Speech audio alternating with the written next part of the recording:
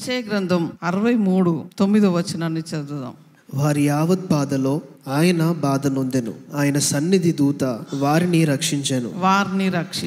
ప్రేమ చేతను తాలిమి చేతను వారిని విమోచించెను. పూర్వదినములన్నిటను ఆయన వారిని మోసుకొనుచు వచ్చాను. పూర్వదినములన్నిటిలో ఎత్తుకున్నాడట, మోసుకుంటూ వచ్చాడట. కష్టకాలంలో ఏం చేస్తాడు ప్రభు? ఎత్తుకుంటాడు మనల్ని. మనకు అర్థం కాదు కదా, మన అడుగు మనం వేయలేని స్థితిలో పూర్వ దినాల్లో కష్టకాలములో ఆయన మనల్ని ఎత్తుకున్నాడు, ఆయన మనల్ని నడిపించాడు. ప్రేమ చేతను తాళిమి చేతను మనం చేసిన పాపాలు, మనం చేసిన అతిక్రమం, తనను తాను తద్మాయించుకొని అంటారు కదా, తాలుకొని తనను తాను తన్మాయించుకొని మనకు ఆయన ప్రేమను చూపించాడట.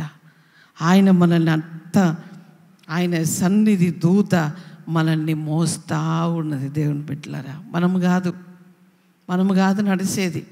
కష్టాల్లో నేనే నడుస్తున్నాను, నా బాధలో నేనే నడుస్తున్నాను ఒకవేళ మీరు అనుకుంటే వెర్రివాళ్ళం మనం. మన కష్టముల్లో మనకు ఒక దూత ఉన్నాడు, ఆ దూత ఎత్తుకొని నడిపిస్తూ ఉన్నాడు. ఆ దూత ఓదార్చేది నీకు అర్థం కాదు. నేను చాలా ధైర్యవంతురాలని, నేను చాలా గడుస్తున్నది నాకు. కొంతమంది అనుకుంటారు, అమ్మో ఇంత మొండిదాన్ని నేను ఎక్కడ చూడలేదు, ఇంత మొండివని నేను ఎక్కడ చూడలేదు. మనుషుల జ్ఞానము, మనుషుల యొక్క బలము కొన్నిసార్లు నడిపించలేదండి. కానీ దేవుడు నడిపిస్తే ఆయనే తన్మాయించుకొని మన యొక్క జీవితాన్ని చూడకుండా మనల్ని ఆయన సన్నిధి దూత నడిపించడం ప్రారంభించబడినప్పుడు నువ్వు ఒక విజయ వీరురాలుగా, విజయ వీరుడుగా నువ్వు నడవబోతున్నావు. నిన్ను చూసేవారందరూ అనుకుంటారు, ఏంటి ఇట్లాంటి పరిస్థితుల్లో, అమ్మో అంత ధైర్యం నాకు లేదు. దేవుణ్ణి అడుగు, దేవునితో సావాసం చేయి, ఆయన వాక్యాన్ని చదువు, ఆయనతో అనుదినము సావాసం చేయి.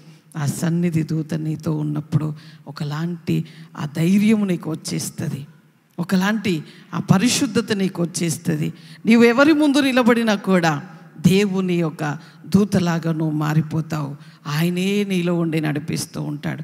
అప్పుడు నువ్వు ఒక ప్రత్యేకమైన వ్యక్తిగా కనిపిస్తావు.